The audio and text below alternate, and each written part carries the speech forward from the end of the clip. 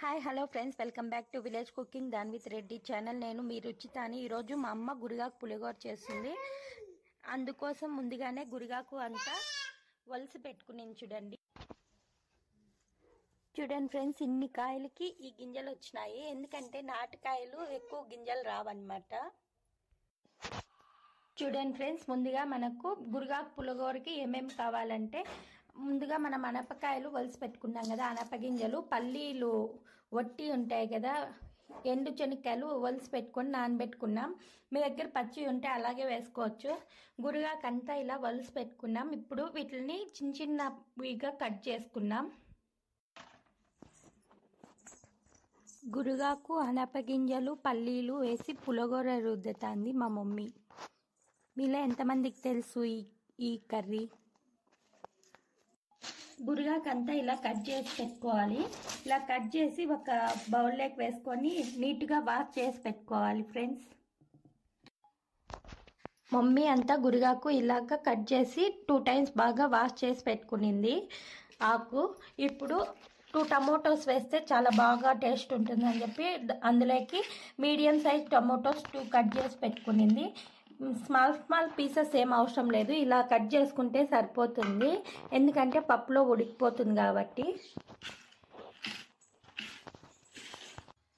చూడండి ఫ్రెండ్స్, ఇప్పుడు మా మమ్మీ పచ్చిమిరపకాయలు వేసింది. గురిగాకు పులిగోరకి కొద్దిగా కారం ఎక్కువ ఉంటేనే బాగుంటుందంట.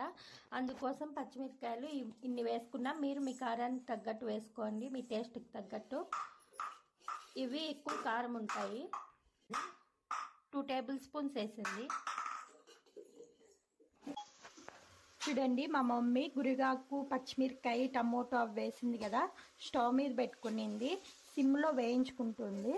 ఇప్పుడు ఒకసారి కలబెడదాం. చూడండి, బాగా కొద్దిగా ఉడికింది కాబట్టి రాళ్ళుప్పు, స్టోన్ సాల్ట్ కొద్దిగా వేసింది. మీ టేస్ట్కి తగ్గట్టు వేసుకోండి, కొంచెం తక్కువే వేసుకోండి. ఒకవేళ తక్కువ అయితే మళ్ళీ లాస్ట్లో టేస్ట్ చేసి వేసుకోవచ్చు.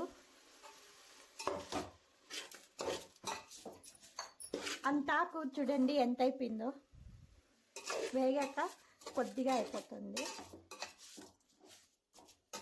అలాగే మెంతులు చూడండి, అంత వేయించి సరిపోతుంది. ఎక్కువ వేస్తే చేదు వస్తుంది. మీ దగ్గర మెంతి పొడి ఉన్నా కూడా వేసుకోండి.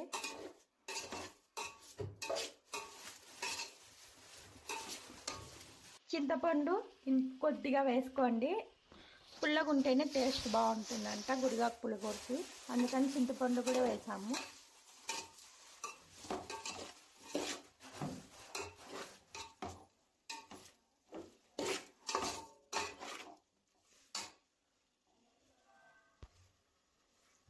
ఇప్పుడు కొద్దిగా జీలకర్ర వేస్తుంది మమ్మీ. మరగనివ్వాలి. బాగా మరిగిన తర్వాత లైట్గా నీళ్ళు వేసుకోవాలి, చాలా వేసుకోకూడదు. అనపగింజలు అంటే ఇప్పుడు అనపగింజలు, పల్లీలు ముందుగా నానబెట్టుకున్నాం కదా, శనగింజలు, వాటిల్లో రాళ్ళుప్పు వేసి కొద్దిగా వాటర్ వేసి ఉడకపెట్టుకోవాలి. సిమ్ టు మీడియం ఫ్లేమ్లో ఒక 10 minutes ఉడకనిచ్చుకోవాలి. ఇప్పుడు అనపగింజలు, పల్లీలు, ఉప్పు వేసుకొని రాళ్ళుప్పు ఉడకపెట్టుకుందాం. చూడండి ఫ్రెండ్స్, 10 minutes తర్వాత బాగా ఆకు అంతా ఉడికిపోయింది. చింతపండు, ఆకు, టమోటో, మిర్చి అంతా ఉడికిపోయింది. ఇప్పుడు 1 glass వాటర్ వేసుకున్నాం. మేము ఈ గ్లాస్తో 1 glass వేస్తున్నాము. ఇప్పుడు బాగా మిక్స్ చేసుకొని ఒక 2 minutes వదిలేద్దాం. చూడండి, ఫైనల్గా ఇలా వచ్చింది. చూడండి ఫ్రెండ్స్, 10 minutes తర్వాత మూత తీస్తే బాగా ఉడికిపోయింది. ఇప్పుడు ఒకసారి కలబెట్టుకునేసి బాగా మిక్స్ చేసుకొని ఇప్పుడు ప్రాసెస్ చూద్దాం. పల్లీలు, అనపగింజలు కూడా బాగా ఉడికిపోయినాయి. చూడండి, అనపగింజలు, పల్లీలు బాగా ఉడికిపోయినాయి. నాకు ఇలా తినడం అంటే చాలా ఇష్టము.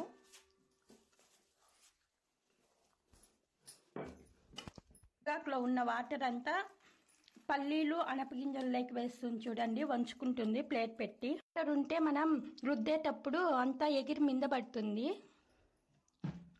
చూడండి, మా మమ్మీ పప్పు గుత్తితో బాగా స్మాష్ చేసుకుంటుంది, బాగా రుద్దుకుంటుంది. మిర్చి అన్నీ బాగా మెదిగిపోవాలని.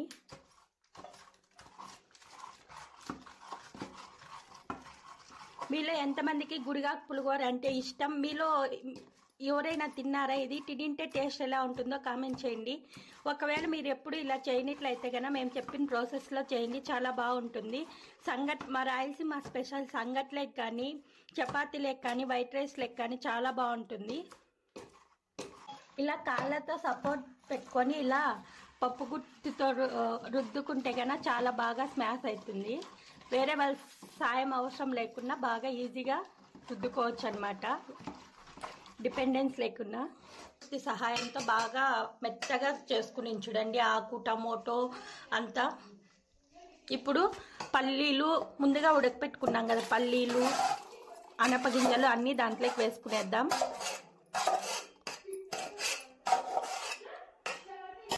ఒకసారి చిన్నగా అలా మిక్స్ చేసుకుందాం స్లోగా, ఎందుకంటే ఎక్కువ నలిగిపోతే టేస్ట్ ఉండదన్నమాట. గింజలు మెదక్కన్నా ఉండాలి, ఎందుకంటే తినేటప్పుడు నోటికి తగులుతుంటే పొంటికి చాలా టేస్ట్గా ఉంటుంది. ఇది దోశలేక్ కానీ, రాయలసీమ స్పెషల్ రాగి సంగటి, వైట్ రైస్, చపాతీ ఎందులోకైనా సూపర్గా ఉంటుంది. ఓకే, ఇప్పుడు నేను టేస్ట్ చేసి ఎలా ఉందో మీకు చెప్తాను.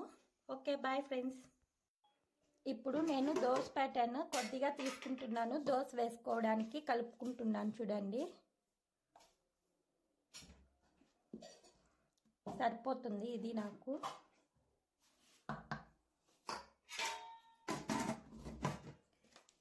ఇందులోకి చిటికెడు సోడా వేసుకుంటున్నాను. చూడండి,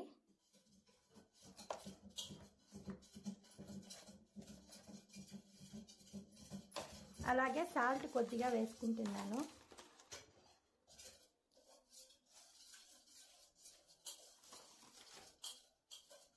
ఇప్పుడు కొద్దిగా వాటర్ వేసి మిక్స్ చేసుకుందాం.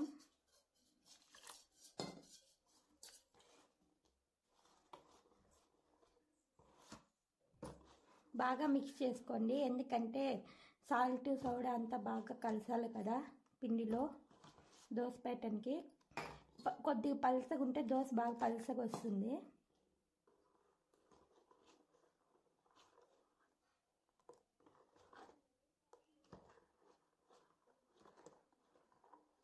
ఓకే, ఇప్పుడు ప్యాన్ నేను గ్యాస్ మీద పెట్టుకున్నా, వేడైనాక పోసి చూపిస్తాను దోశ ఎలా వచ్చిందో.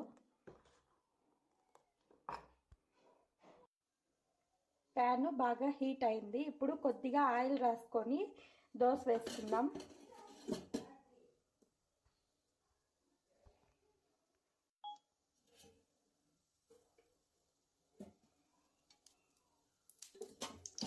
మీరు ఈ స్టిక్ గమనించారా? మా మమ్మీ వాళ్ళు, మా అవ్వోళ్ళు అప్పటి నుంచి, మా అవ్వోళ్ళ కాలం నుంచి ఇలా స్టిక్కి గుడ్డ కట్టేసి ఇలా ప్యాన్ మొత్తం రాసుకునేవాళ్ళు.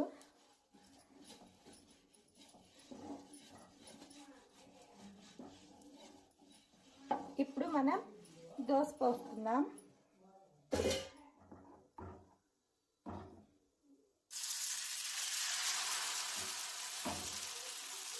కొద్దిగా ఇంకా పలుచగా వచ్చిండాలి పిండి దోశ ప్యాటర్న్.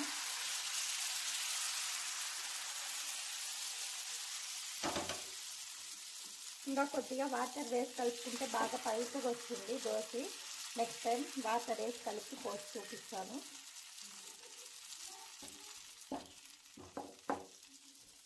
నేను ప్యాన్తోనే తిప్పేస్తాను అనమాట, ఒక్కొక్కసారి గెడితో ఇలా తిప్పుతాను. ఓకే, ఇప్పుడు పైన కొద్దిగా ఆయిల్ వేసుకునేద్దాం.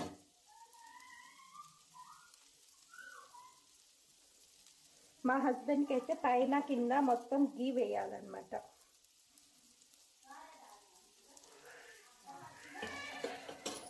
ఓకే, ఇప్పుడు 2 మినిట్స్ తర్వాత కాలినాక చూపిస్తాను. చూడండి, ఇప్పుడు మన దోశ బాగా క్రిస్పీగా కాలిపోయింది. ఇప్పుడు తీసుకుందాం. ఇంకొక సైడ్ వేసుకుందాం. చూడండి, యమ్మీ యమ్మీ క్రిస్పీ దోశ రెడీ. రుచిత చేసిన దోశకి మీరు ఎన్ని పాయింట్స్ వేస్తారో కామెంట్ చేయండి 10కి.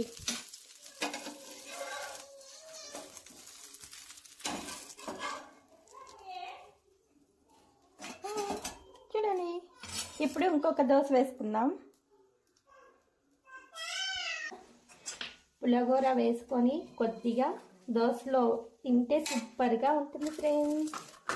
తిని టేస్ట్ ఎలా ఉందో చెప్తాను.